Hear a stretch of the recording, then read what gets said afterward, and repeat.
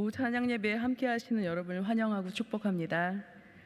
오늘은 3040 헌신 예배입니다. 앞에가 환하죠?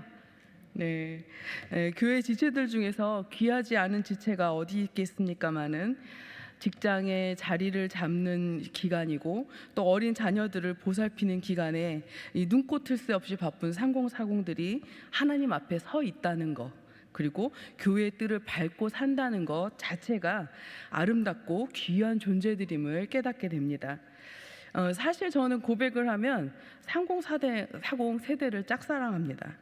왜 그러냐면요, 제가 전에 교회에서 이 3040 세대와 함께 호흡을 하고 사역을 하였기 때문입니다. 그래서 그런지 이들만 보면 가슴이 막 설레고 혼자 오픈마인드가 되고 혼자 좋아합니다. 일하며 또 육아하며 힘들게 보낸 그 저의 치열했던 시간들이 떠오르기도 하고, 또 하나님을 구하는데 말씀과 기도의 그 목말랐던 시간들이 생각나서 더 그렇게 되기도 합니다. 여러분, 3040 세대들은 기존의 세대들과 같은 시대를 다르게 살아갑니다. 생각하는 것과 그에 따른 행동 양식이 기존 세대들의 생각과 확연하게 차이를 보입니다. 당연히 예배의 형식이나 교회 생활 면에서도 다른 양식을 가지고 있습니다. 그러나 우리는 예수 안에서 한 공동체를 이루고 있습니다. 이는 다른 생각과 다른 행동, 두 행동 양식을 가지고 있지만 예수의 피로 이룬 하나의 몸이라는 점에서 공통점을 갖습니다. 예수의 이름이 있어서 세대 간에 끊어지지 않고 이어지는 공동체성을 지니고 있습니다. 앞으로 교회에서 우리 젊은 부부들을 만나면 이렇게 인사해 주시면 좋겠습니다. 하나님 안에서 신앙생활 잘해 주어서 고마워요 하고 말입니다.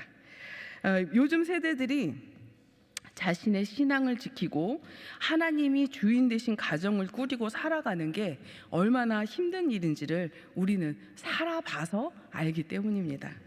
그런데 신앙을 지켜서 교회 안에 있으니까 얼마나 이쁩니까? 그죠?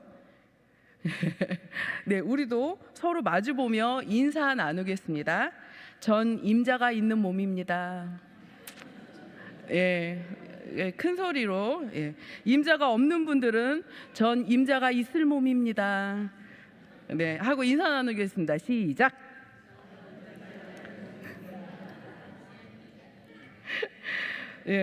우리는 왜 결혼을 할까요?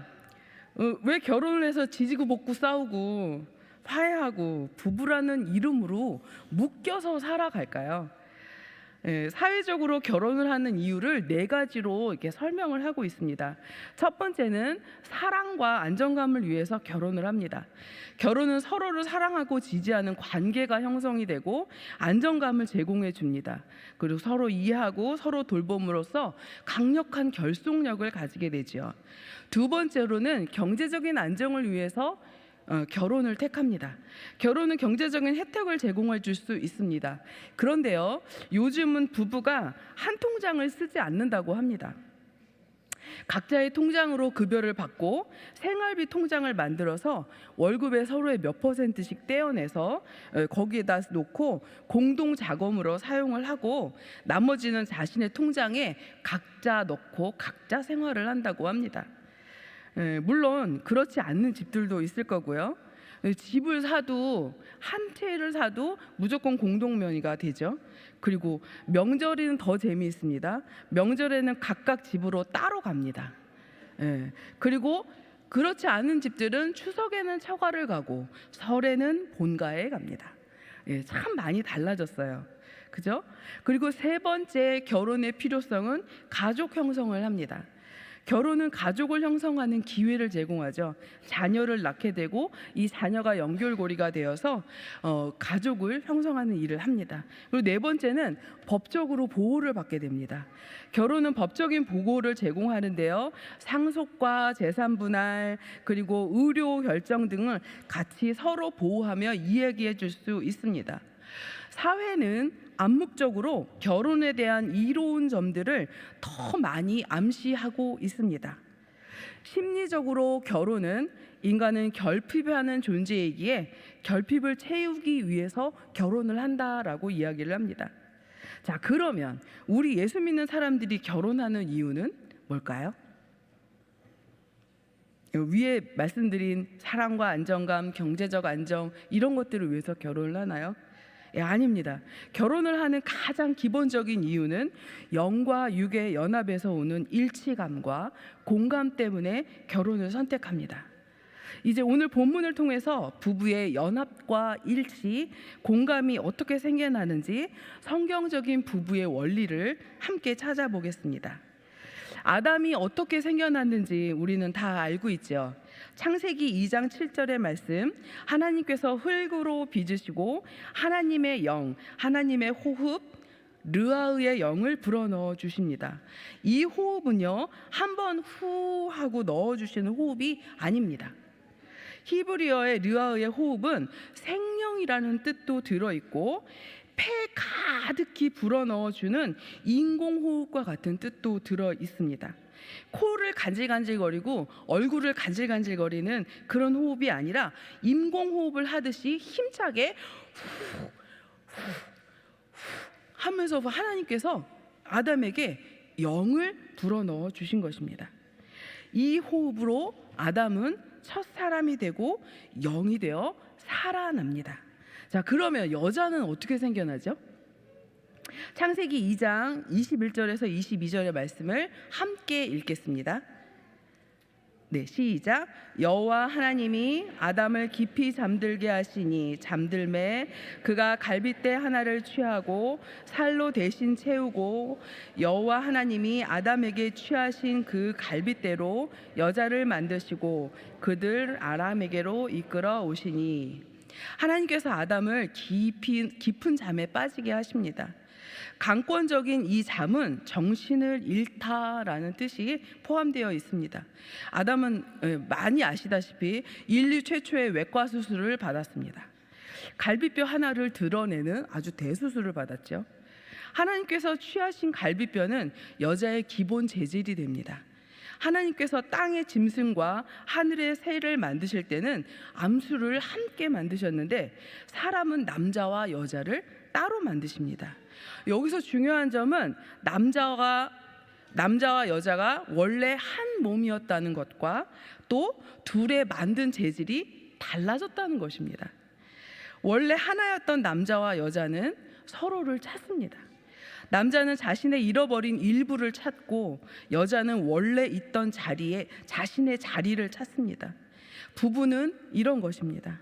남자가 잃어버린 갈비뼈와 만났을 때 진정한 연합을 이루게 됩니다. 여자는 원래 있던 갈비뼈로 자기 자리를 찾았을 때 영혼의 안정감을 누리게 됩니다. 또 둘의 만들어진 재질이 달라요. 남자는 무엇으로 만들어졌습니까? 네? 흙으로 만들어졌습니다. 여자는요? 예, 뼈로 만들어졌습니다. 복음학교의 김용희 선교사님은 이 이야기를 아주 재미있게 설명해 줍니다. 남자는 흙으로 만들어져서 약한 것이 있는데 바로 물에 약합니다. 흙은 물에 풀어져 내립니다. 예, 남자는 눈물에 약합니다. 아내가 울면 남자들은 세상 난감해집니다. 여자는 어떻습니까? 여자는 물에 끄떡도 하지 않습니다. 예, 재질이 뭐라서요? 네, 뼈라서요. 끄떡도 하지 않습니다. 여자는 어떻게 해야 합니까? 과야 됩니다. 예. 물에 넣고 뜨거운 불에 푹푹 고아서 우려내야 됩니다. 예, 여자를 감동시키려면 푹푹 고아내는 정성과 시간이 필요합니다. 우리의 본능은 이처럼 혼자 있고 싶어 하지 않습니다. 하나님은 우리에게 서로 사랑하고 신뢰하는 마음을 또 나눌 수 있는 짝을 찾게 해주셨습니다. 또한 누군가에게 속하고 싶은 갈망도 심어주셨습니다. 이렇게 만나게 되는 것이 바로 부부입니다. 아담의 많은 뼈들 중에 왜 갈비뼈였을까요? 우리 뼈 많잖아요, 그죠? 근데 만약에 머리에서 뼈를 취하였다면 여자가 남자를 눌렀을 것입니다. 발에서 취하였다면 남자가 여자를 밟았을 것입니다. 하나님께서 가슴에서 취하신 것은 남자와 여자가 동등하다는 의미를 내포합니다. 여자는 남자의 어깨 아래서 그의 보호를 받으며 가슴 곁에 있어서 사랑을 받고, 여자는 갈빗대로서의 자신의 남자를 보호해 줍니다. 갈빗대가 하는 역할을 한 번 더 자세히 살펴보겠습니다. 갈빗대는 몸의 가장 중요한 심장을 보호합니다. 몸 안에 있는 장기들을 보호하는 역할을 합니다. 외부의 공격에서 상처받기 쉬운 심장과 폐를 보호하고 몸의 이런 것들을 보호하는 아주 중요한 방어 기관입니다. 갈비뼈로서의 아내는 남편의 마음을 지켜주는 일을 합니다. 아내는 남편의 약점과 취약한 부분을 잘 알고 있습니다. 아내는 남편이 어디에서 무너지고 어디에서 상처받는지도 잘 알고 있습니다. 세상의 맹렬한 공격에서 아내는 남편을 보호합니다. 그의 마음을 지켜줍니다. 잠언 31장 10절에서 11절 말씀입니다. 쉬운 성경으로 우리 여자분들 큰 목소리로 함께 읽겠습니다. 시작. 누가 현숙한 아내를 얻겠는가? 그녀는 비싼 진주에 비길 수 없이 귀하다. 그녀의 남편은 아내를 신뢰하여 아무런 부족함이 없을 것이다. 현숙한 아내는 남편의 마음을 세상으로부터 보호합니다. 이런 아내를 남편은 자신의 장기와 맡기는 신뢰를 주게 됩니다. 그러나 갈비뼈가 무기로 변하면 연약한 장기를 공격하고 상처를 냅니다.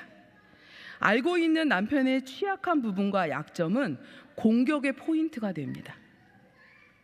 울기가 된 갈비뼈는 회복하기 힘든 수없는 말과 행동으로 찌릅니다. 저를 포함한 아내들에게 묻겠습니다. 갈비뼈로서의 나는 남편을 보호하는 역할을 잘 하고 있습니까? 아니면 갈비뼈로서의 남편을 상처 입히는 무기로 사용되고 있습니까? 남자에게 가장 중요한 것은 인정입니다. 남편의 마음을 보호하고 인정해 주시는 아내들이 되시기를 바랍니다. 아멘. 창세기 2장 18절의 말씀입니다. 큰 목소리로 함께 읽겠습니다. 시작. 여호와 하나님이 이르시되 사람이 혼자 사는 것이 좋지 아니하니 내가 그를 위하여 돕는 배필을 지으시라 하시니라. 하나님께서 여자를 만드시는 이유를 알려주십니다. 바로 돕는 배필입니다. 돕는 배필이라고 하면 마치 여성이 남성에게 종속되어 있는 것처럼 보입니다. 그러나 성경의 원문을 살펴보면 배필이란 뜻에는 바라보다, 마주대하다라는 뜻이 들어 있습니다. 돕는의 히브리어 에제르의 표현도 단순히 도움을 주다 해서 호위하다, 더하다라는 의미를 가지고 있습니다. 즉 돕는 배필이란 서로 마주 바라보고 서로 보호한다, 혹은 서로 바라보며 돕는다는 의미를 지니고 있습니다. 하나님께서 18절에 돕는 배필이라 하신 말씀은 여자 혼자 일방적으로 남자를 돕는 서브의 개념 혹은 보조자의 개념으로 여성을 만드신 것이 아니라 남자와 여자가 서로 돕고 서로 보호하고 서로 호위하여 줄 상대를 만들었다는 말씀인 것입니다. 돕는 배필은 여자가 남자보다 못하다는 뉘앙스를 전혀 내포하고 있지 않습니다. 배필의 히브리어 네게브는 인간을 돕는 하나님에게 적용되는 단어이기 때문입니다. 즉 남의 도움이 전혀 필요 없는 스스로 강한 자로부터 오는 도움을 뜻합니다. 왜냐하면 하나님께서 아담을 위해 만드실 여자는 그의 네게브, 하나님의 힘으로부터 오는 배필이고 아담과 동일한 자이기 때문입니다. 고린도전서 11장 11절에서 12절 말씀입니다. 이번에는 남자분들이 한번 크게 읽어주시겠습니다. 시작. 그러나 주 안에는 남자 없이 여자만 있지 않고 여자 없이 남자만 있지 아니하니라. 이는 여자가 남자에게서 난 것 같이 남자로 여자로 말미암아 났음이라. 그러므로 모든 것이 어디로부터 났습니까? 하나님께로부터 났습니다. 여자가 남자에게 속해 있는 부속품이 아니라 서로 속해 있다는 뜻이고 동일하게 지음을 받았다는 뜻입니다. 어느 곳에 종속되는 개념으로 돕는 배필은 설명하고 있지 않다는 뜻입니다. 창세기 1장에 하나님께서 세상을 창조하실 때 크고 위대한 것은 먼저 만드시고 작고 하찮은 것은 나중에 만드신 것이 아니기 때문입니다. 땅을 만드신 것은 위대하고 땅 위에 기는 것들과 식물들이 평범하여서 이것들이 땅에 속하거나 땅보다 못하다는 것이 아니라는 이치와 같습니다. 하늘을 만드신 것은 위대하고 그 위를 나르는 날짐승들은 작아서 하늘에 종속되어 있는 것이 아닌 이치와 같습니다. 이는 창조의 순서입니다. 창조의 순서가 창조물의 중요도를 나타내는 순서가 아니라는 말씀입니다. 하나님께서 만드신 모든 피조물은 하나님 보시기에 어땠다고요? 좋았습니다. 창조 질서는 하나님께서 만드신 피조물들이 자신들이 만들어진 원리에 따라 일하는 것을 말합니다. 저녁에 해가 지고 아침에 해가 뜨고 물이 자신의 경계를 넘지 않고 밀물과 썰물의 약속을 지키는 것들을 말합니다. 마치 찬송가 535장의 가사와 같습니다. 우리 곡조는 못 붙이지만 함께 읽어보겠습니다. 어두운 후에 바람 분 후에 잔잔하고 소나기 후에 햇빛 나며 수고한 후에 추수하네. 남자, 여자, 남편과 아내도 하나님의 창조 순서에 따라 지음을 받았습니다. 그리고 창조 질서에 따라 하나님께 순응하며 살아갑니다. 다시 말해서 하나님께서 주신 인생을 살아간다는 것입니다. 부부도 이 창조의 원리로 서로 돕고 보호하며 자신에게 맡겨진 일을 하며 살아갑니다. 창세기 2장 22절의 말씀을 한 번 더 볼게요. 네, 같이 읽겠습니다. 시작. 여호와 하나님이 아담에게서 취하신 그 갈빗대로 여자를 만드시고 이끌어 오시니, 하나님께서 아담의 갈빗대를 취해 여자를 만드시고 결혼식에서 신부의 손을 잡고 입장하는 그 아버지처럼 막 맞취해서 깨어난 아담에게로 데리고 옵니다. 아직 잠이 덜 깬 탓입니까? 아담은 탄복을 합니다. 그리고 그 여자에게 사랑을 고백합니다. 이 사랑 고백이 2장 23절입니다. 자, 남자분들 좀 크게 읽어주시기 바랍니다. 시작.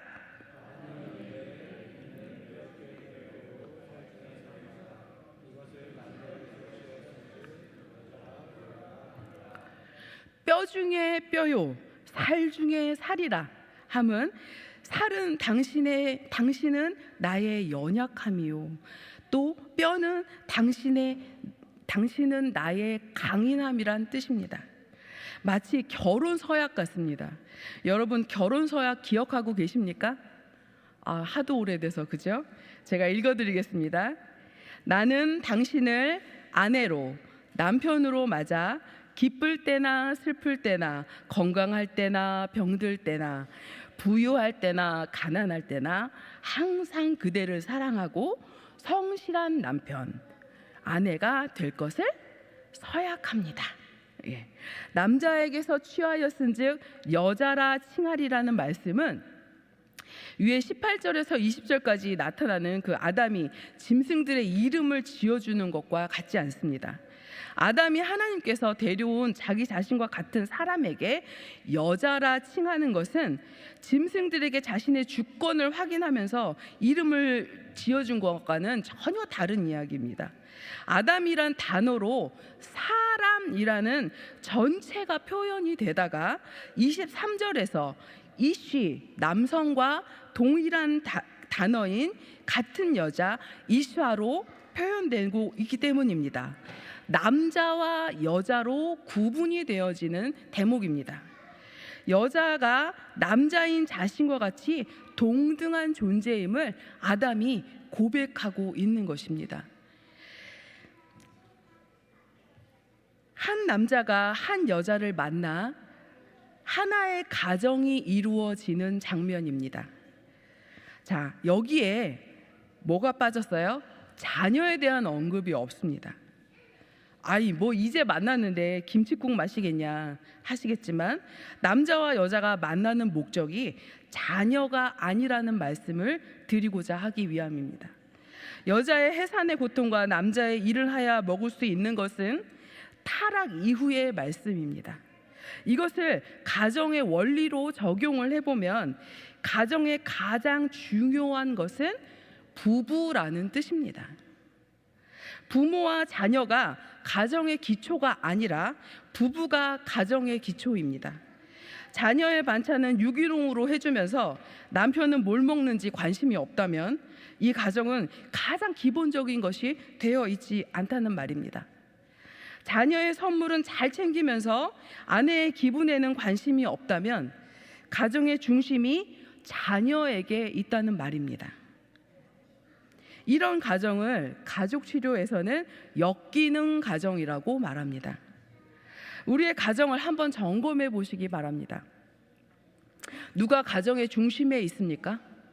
자, 3040께 묻습니다. 우리의 집은 누가 가정의 중심에 있습니까? 자녀입니까? 부부입니까? 여러분께도 묻습니다. 우리 가정의 중심은 무엇입니까? 이씨와 이사, 하나님 앞에 서 있던 것처럼 부부가 가정의 중심이 되는 하나님의 가정 되시기를 구합니다. 아멘. 예, 오늘 가장 중요한 말씀 창세기 2장 24절의 말씀을 함께 읽겠습니다. 시작.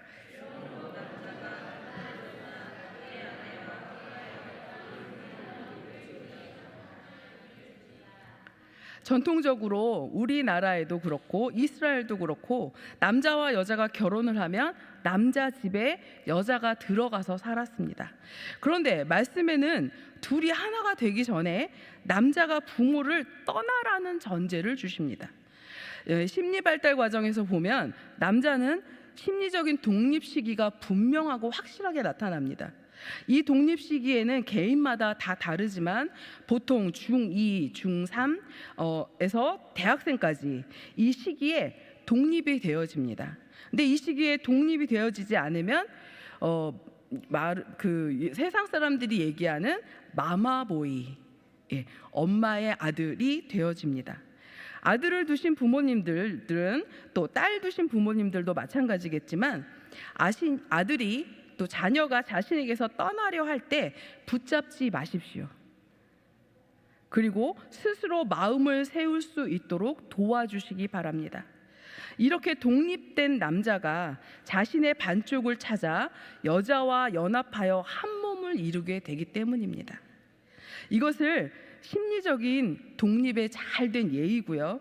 부모를 떠난다는 것은 소속감의 자리가 부모 혹은 엄마에게서 아내에게로 옮겨간다는 말씀입니다. 저는 이혼하기 직전에 부부들을 상담을 하였는데요. 그런데 참 재미있는 건 한국 남자들은 참 이걸로 정말 대동단결에 있는데요. 이혼 사유 중에 반드시 들어가는 이혼 사유가 있습니다. 그게 뭐냐 하면요, 도대체 아내가 밥을 안 해준다입니다. 정말이에요. 정말 모두 다 이혼 사유에 밥을 안 해주는 아내에 대한 불만이 들어 있습니다. 그 밥을 안 해줘서 이혼을 하고 싶다고 말합니다. 그러면 아내가 이렇게 대답해요. 밥통이랑 결혼하지 왜 나랑 결혼을 했냐. 아내가 밥을 안 해줘서 다른 여자를 만납니다. 아내가 밥을 안 해줘서 도박을 합니다.